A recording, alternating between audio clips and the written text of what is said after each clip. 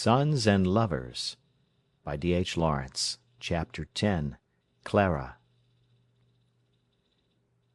When he was 23 years old, Paul sent in a landscape to the winter exhibition at Nottingham Castle. Miss Jordan had taken a good deal of interest in him, and invited him to her house, where he met other artists. He was beginning to grow ambitious. One morning the postman came just as he was washing in the scullery. Suddenly he heard a wild noise from his mother. Rushing into the kitchen, he found her standing on the hearthrug wildly waving a letter and crying "Hurrah!" as if she had gone mad. He was shocked and frightened. "Why, mother!" he exclaimed. She flew to him, flung her arms around him for a moment, then waved the letter, crying, "Hurrah, my boy! I knew we should do it!" He was afraid of her, the small, severe woman with greying hair suddenly bursting out in such frenzy. The postman came running back, afraid something had happened. They saw his tipped cap over the short curtains. Mrs. Morel rushed to the door. "His picture's got first prize, Fred!" she cried, "and is sold for 20 guineas." "My word, that's something like!" said the young postman, whom they had known all his life. "And Major Moreton has bought it!" she cried. "It looks like meaning something, that does, Mrs. Morel," said the postman, his blue eyes bright. He was glad to have brought such a lucky letter. Mrs. Morel went indoors and sat down, trembling. Paul was afraid lest she might have misread the letter, and might be disappointed after all. He scrutinised it once, twice. Yes, he became convinced it was true. Then he sat down, his heart beating with joy. "Mother!" he exclaimed. "Didn't I say we should do it?" she said, pretending she was not crying. He took the kettle off the fire and mashed the tea. "You didn't think, mother—" he began tentatively. "No, my son, not so much, but I expected a good deal." "But not so much," he said. "No, but I knew we should do it." And then she recovered her composure, apparently, at least. He sat with his shirt turned back, showing his young throat almost like a girl's, and the towel in his hand, his hair sticking up wet. 20 guineas, mother! That's just what you wanted to buy Arthur out. Now you needn't borrow any. It'll just do." "Indeed, I shan't take it all," she said. "But why?" "Because I shan't." "Well, you have £12. I'll have 9. They cavilled about sharing the 20 guineas. She wanted to take only the £5 she needed. He would not hear of it. So they got over the stress of emotion by quarrelling. Morel came home at night from the pit, saying, "They tell me Paul's got first prize for his picture, and sold it to Lord Henry Bentley for £50." "Oh, what stories people do tell!" she cried. "Ha!" he answered. "I said I were sure it wor a lie, but they said thou had told Fred Hodgkisson." "As if I would tell him such stuff!" "Ha!" assented the miner. But he was disappointed, nevertheless. "It's true he has got the first prize," said Mrs. Morel. The miner sat heavily in his chair. "Has he, beguy!" he exclaimed. He stared across the room fixedly. "But as for £50, such nonsense!" She was silent a while. "Major Moreton bought it for 20 guineas, that's true." "20 guineas! Tha never says!" exclaimed Morel. "Yes, and it was worth it." "Ay," he said, "I don't misdoubt it. But 20 guineas for a bit of a paintin' as he knocked off in an hour or two." He was silent with conceit of his son. Mrs. Morel sniffed as if it were nothing. "And when does he handle the money?" asked the collier. "That I couldn't tell you. When the picture is sent home, I suppose." There was silence. Morel stared at the sugar basin instead of eating his dinner. His black arm, with the hand all gnarled with work, lay on the table. His wife pretended not to see him rub the back of his hand across his eyes, nor the smear in the coal dust on his black face. "Yes, and that other lad 'ud ha' done as much if they hadna ha' killed him," he said quietly. The thought of William went through Mrs. Morel like a cold blade. It left her feeling she was tired, and wanted rest. Paul was invited to dinner at Mr. Jordan's. Afterwards he said, "Mother, I want an evening suit." "Yes, I was afraid you would," she said. She was glad. There was a moment or two of silence. "There's that one of William's," she continued, "that I know cost £4.10 and which he had only worn 3 times." "Should you like me to wear it, mother?" he asked. "Yes, I think it would fit you, at least the coat. The trousers would want shortening." He went upstairs and put on the coat and vest. Coming down, he looked strange in a flannel collar and a flannel shirt front, with an evening coat and vest. It was rather large. "The tailor can make it right," she said, smoothing her hand over his shoulder. "It's beautiful stuff. I never could find in my heart to let your father wear the trousers, and very glad I am now." And as she smoothed her hand over the silk collar she thought of her eldest son. But this son was living enough inside the clothes. She passed her hand down his back to feel him. He was alive and hers. The other was dead. He went out to dinner several times in his evening suit that had been William's. Each time his mother's heart was firm with pride and joy. He was started now. The studs she and the children had bought for William were in his shirt front. He wore one of William's dress shirts. But he had an elegant figure. His face was rough, but warm-looking and rather pleasing.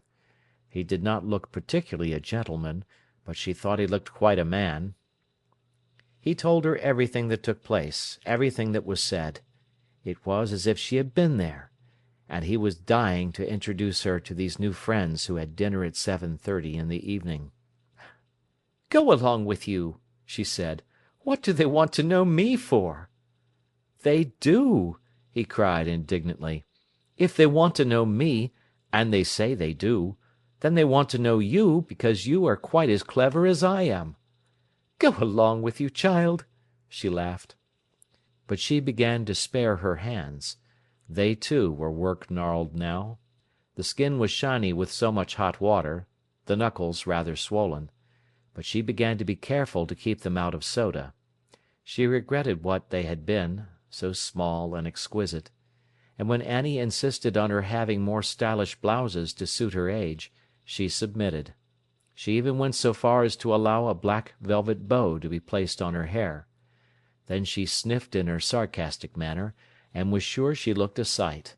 But she looked a lady, Paul declared, as much as Mrs. Major Moreton, and far, far nicer. The family was coming on.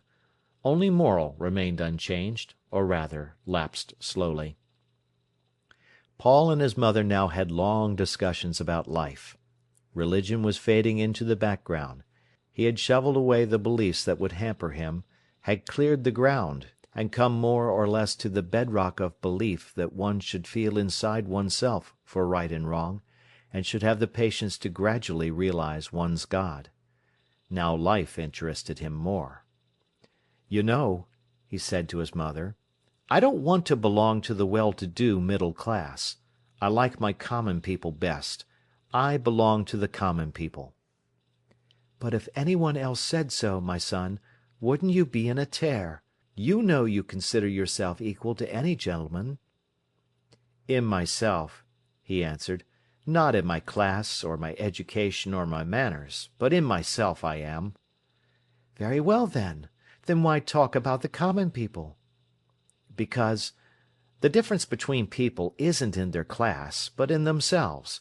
Only from the middle classes one gets ideas, and from the common people, life itself, warmth.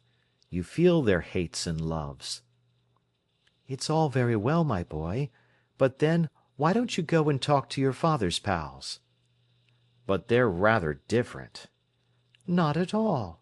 They're the common people. After all, whom do you mix with now, among the common people? Those that exchange ideas like the middle classes. The rest don't interest you."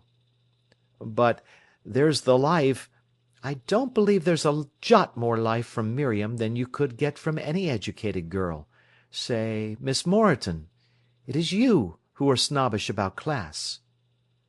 She frankly wanted him to climb into the middle classes, a thing not very difficult, she knew, and she wanted him in the end to marry a lady. Now she began to combat him in his restless fretting. He still kept up his connection with Miriam, could neither break free nor go the whole length of engagement. And this indecision seemed to bleed him of his energy. Moreover, his mother suspected him of an unrecognised leaning towards Clara, and, since the latter was a married woman, she wished he would fall in love with one of the girls in a better station of life. But he was stupid, and would refuse to love or even to admire a girl much, just because she was his social superior. "My boy," said his mother to him, "all your cleverness, your breaking away from old things, and taking life in your own hands, doesn't seem to bring you much happiness." "What is happiness?" he cried. "It's nothing to me. How am I to be happy?" The plump question disturbed her. "That's for you to judge, my lad. But if you could meet some good woman who would make you happy, and you begin to think of settling your life, when you have the means, so that you could work without all this fretting, it would be much better for you." He frowned. His mother caught him on the raw of his wound of Miriam. He pushed the tumbled hair off his forehead, his eyes full of pain and fire. "You mean easy, mother," he cried. "That's a woman's whole doctrine for life, ease of soul and physical comfort, and I do despise it." "Oh, do you?" replied his mother. "And do you call yours a divine discontent?" "Yes, I don't care about its divinity, but damn your happiness. As long as life's full, it doesn't matter whether it's happy or not. I'm afraid your happiness would bore me." "You never gave it a chance," she said. Then suddenly all her passion of grief over him broke out. "But it does matter," she cried. "And you ought to be happy. You ought to try to be happy, to live to be happy. How could I bear to think your life wouldn't be a happy one?" "Your own's been bad enough, mater, but it hasn't left you so much worse off than the folk who've been happier. I reckon you've done well. And I am the same. Aren't I well enough off?" "You're not, my son. Battle, battle, and suffer. It's about all you do, as far as I can see." "But why not, my dear? I tell you it's the best—" "It isn't. And one ought to be happy. One ought." By this time Mrs. Morel was trembling violently. Struggles of this kind often took place between her and her son, when she seemed to fight for his very life against his own will to die. He took her in his arms. She was ill and pitiful. "Never mind, little," he murmured. "As long as you don't feel life's paltry and a miserable business, the rest doesn't matter, happiness or unhappiness." She pressed him to her. "But I want you to be happy," she said pathetically. "Eh, my dear, say rather you want me to live." Mrs. Morel felt as if her heart would break for him. At this rate, she knew he would not live. He had that poignant carelessness about himself, his own suffering, his own life, which is a form of slow suicide.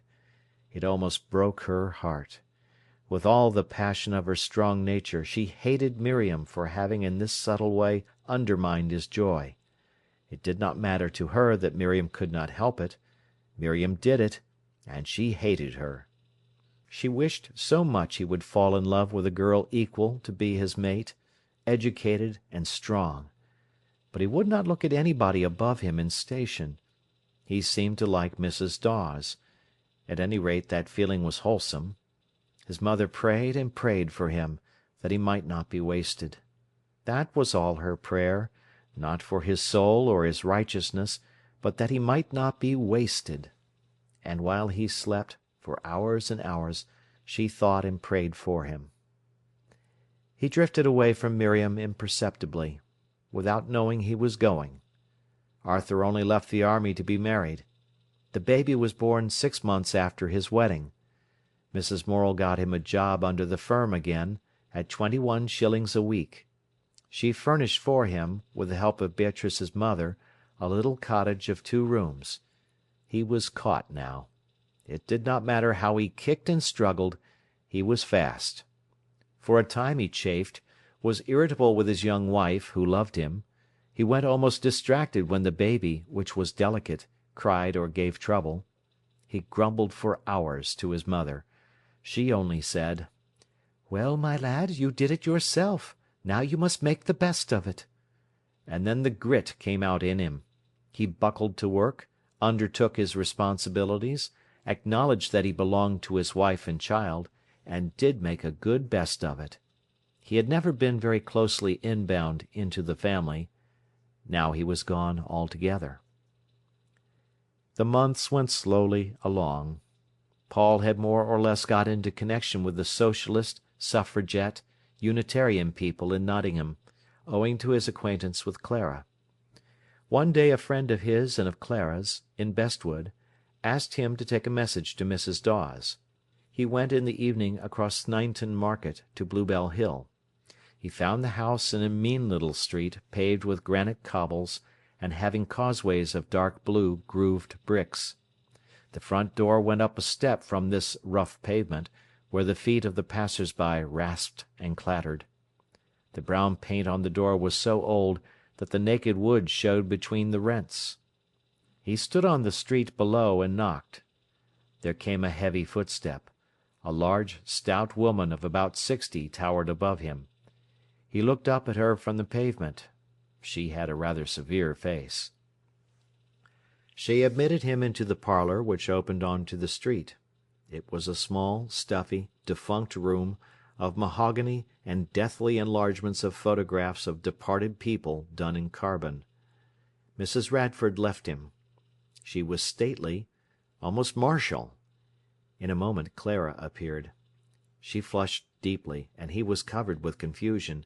It seemed as if she did not like being discovered in her home circumstances. "I thought it couldn't be your voice," she said. But she might as well be hung for a sheep as for a lamb. She invited him out of the mausoleum of a parlour into the kitchen. That was a little darkish room too, but it was smothered in white lace. The mother had seated herself again by the cupboard, and was drawing thread from a vast web of lace. A clump of fluff and ravelled cotton was at her right hand, a heap of 3/4-inch lace lay on her left, whilst in front of her was the mountain of lace web, piling the hearth-rug. Threads of curly cotton, pulled out from between the lengths of lace, strewed over the fender and the fireplace. Paul dared not go forward, for fear of treading on piles of white stuff. On the table was a jenny for carding the lace. There was a pack of brown cardboard squares, a pack of cards of lace, a little box of pins, and on the sofa lay a heap of drawn lace. The room was all lace, and it was so dark and warm that the white snowy stuff seemed the more distinct. "If you're coming in, you won't have to mind the work," said Mrs. Radford. "I know we're about blocked up, but sit you down." Clara, much embarrassed, gave him a chair against the wall opposite the white heaps. Then she herself took her place on the sofa, shamedly. "Will you drink a bottle of stout?" Mrs. Radford asked. "Clara, get him a bottle of stout." He protested, but Mrs. Radford insisted. "You look as if you could do with it," she said. "Haven't you never any more colour than that?" "It's only a thick skin I've got that doesn't show the blood through," he answered. Clara, ashamed and chagrined, brought him a bottle of stout and a glass.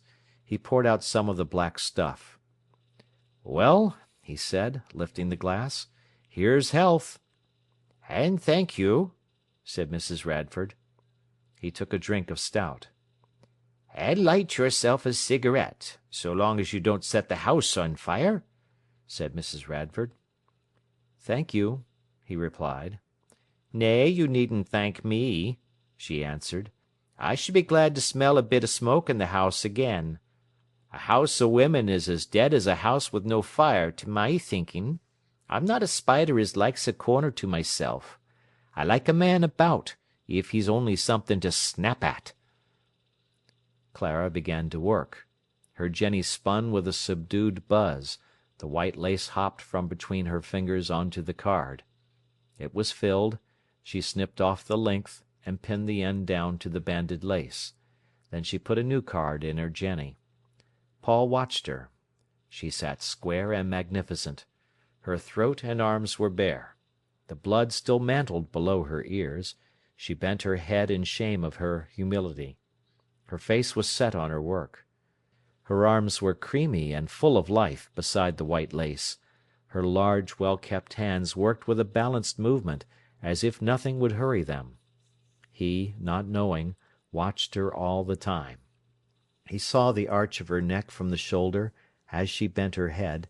He saw the coil of dun hair. He watched her moving, gleaming arms. "I've heard a bit about you from Clara," continued the mother. "You're in Jordan's, aren't you?" She drew her lace unceasing. "Yes." "Aye, well, and I can remember when Thomas Jordan used to ask me for one of my toffees." "Did he?" laughed Paul. "And did he get it?" "Sometimes he did, sometimes he didn't, which was latterly. For he's the sort that takes all and gives nought, he is, or used to be." "I think he's very decent," said Paul. "Yes, well, I'm glad to hear it." Mrs. Radford looked across at him steadily. There was something determined about her that he liked. Her face was falling loose, but her eyes were calm, and there was something strong in her that made it seem she was not old. Merely her wrinkles and loose cheeks were an anachronism. She had the strength and sang-froid of a woman in the prime of life.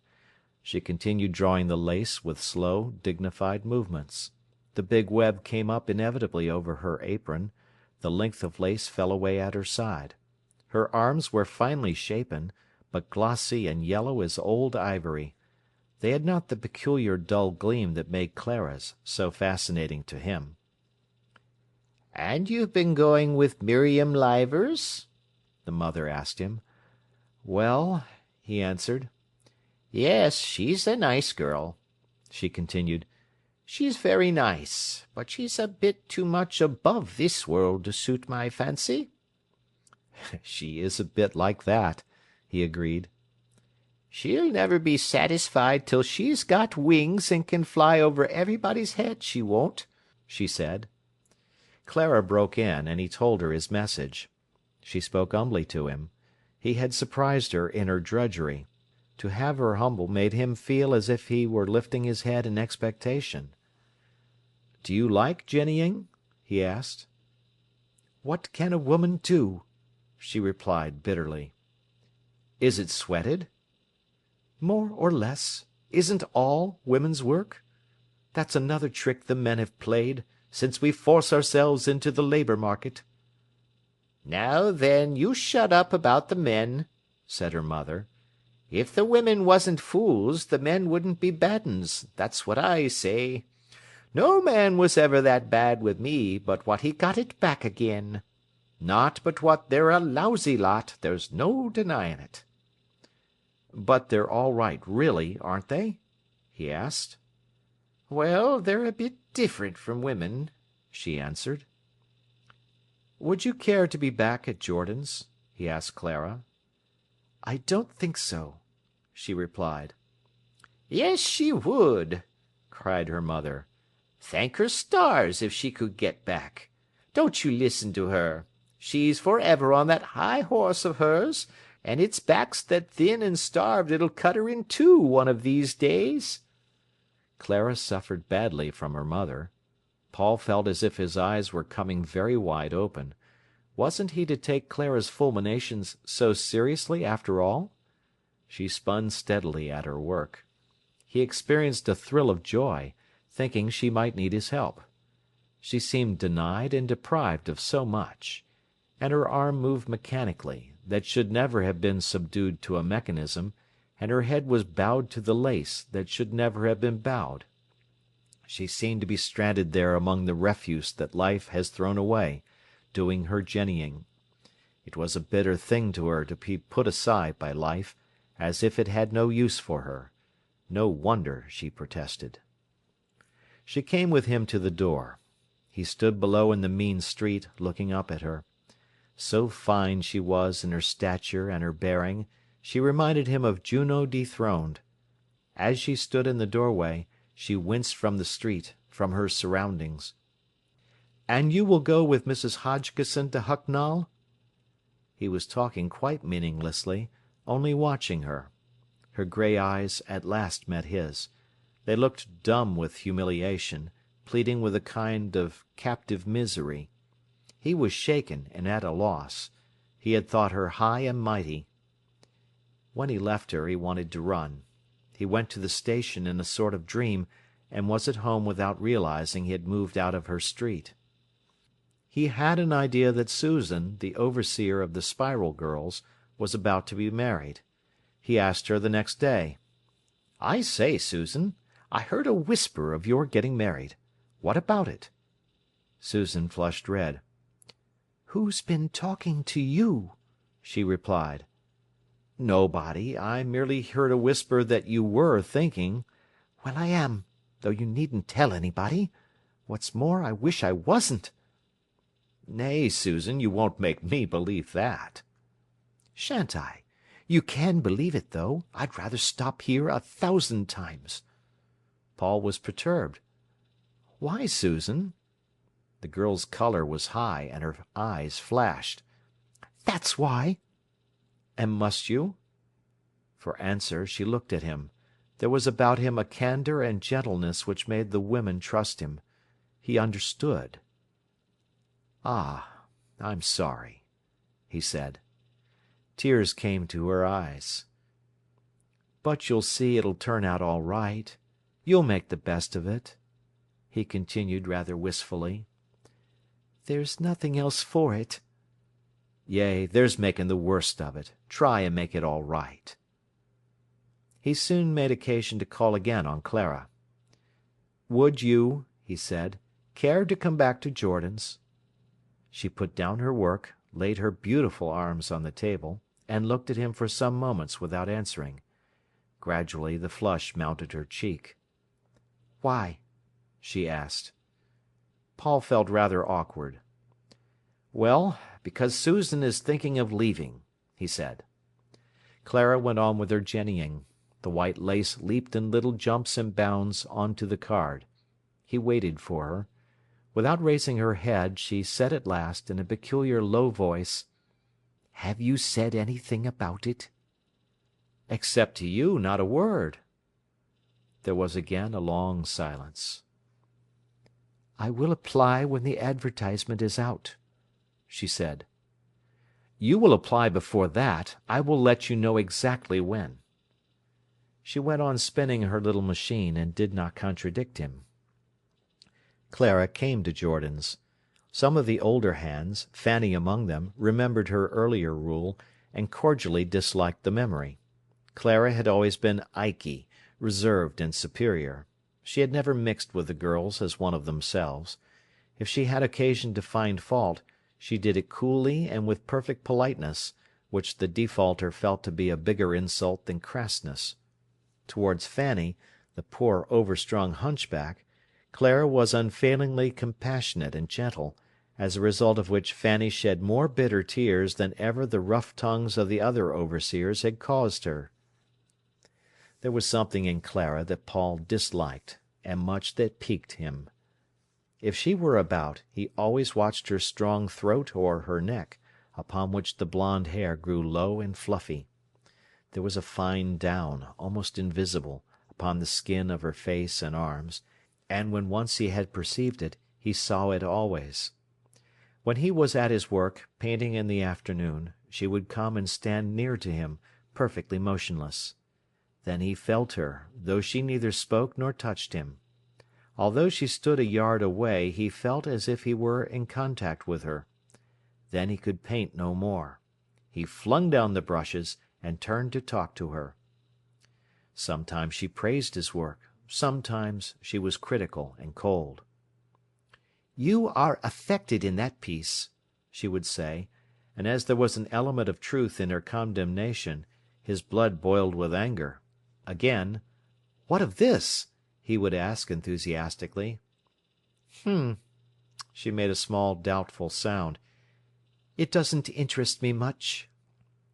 "Because you don't understand it," he retorted. "Then why ask me about it?"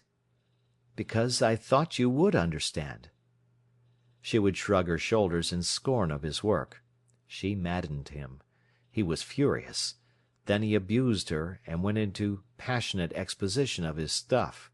This amused and stimulated her, but she never owned that she had been wrong. During the 10 years that she had belonged to the women's movement she had acquired a fair amount of education, and, having had some of Miriam's passion to be instructed, had taught herself French, and could read in that language with a struggle. She considered herself as a woman apart, and particularly apart from her class. The girls in the Spiral department were all of good homes. It was a small, special industry, and had a certain distinction. There was an air of refinement in both rooms. But Clara was aloof also from her fellow workers. None of these things, however, did she reveal to Paul. She was not the one to give herself away. There was a sense of mystery about her. She was so reserved, he felt she had much to reserve. Her history was open on the surface, but its inner meaning was hidden from everybody. It was exciting. And then sometimes he caught her looking at him from under her brows with an almost furtive, sullen scrutiny, which made him move quickly. Often she met his eyes, but then her own were, as it were, covered over, revealing nothing. She gave him a little, lenient smile. She was to him extraordinarily provocative, because of the knowledge she seemed to possess, and gathered fruit of experience he could not attain. One day he picked up a copy of Lettres de Montmoulin from her work-bench. "You read French, do you?" he cried. Clara glanced round negligently. She was making an elastic stocking of heliotrope silk, turning the spiral machine with slow, balanced regularity, occasionally bending down to see her work or to adjust the needles. Then her magnificent neck, with its down and fine pencils of hair, shone white against the lavender, lustrous silk. She turned a few more rounds and stopped. "What did you say?" she asked, smiling sweetly. Paul's eyes glittered at her insolent indifference to him. "I did not know you read French," he said, very polite. "Did you not?" she replied, with a faint, sarcastic smile. "Rotten swank," he said, but scarcely loud enough to be heard. He shut his mouth angrily as he watched her. She seemed to scorn the work she mechanically produced, yet the hose she made was as nearly perfect as possible. "You don't like spiral work," he said. "Oh, well, all work is work," she answered, as if she knew all about it. He marvelled at her coldness. He had to do everything hotly. She must be something special. "What would you prefer to do?" he asked. She laughed at him indulgently as she said, "There is so little likelihood of my ever being given a choice that I haven't wasted time considering." "Pah!" he said, contemptuous on his side now. "You only say that because you're too proud to own up what you want and can't get." "You know me very well," she replied coldly. "I know you think you're terrific great shakes, and that you live under the eternal insult of working in a factory." He was very angry and very rude. She merely turned away from him in disdain. He walked whistling down the room, flirted and laughed with Hilda. Later on he said to himself, "What was I so impudent to Clara for?" He was rather annoyed with himself, at the same time glad. "Serve her right, she stinks with silent pride," he said to himself angrily. End of Part 1 of Chapter 10.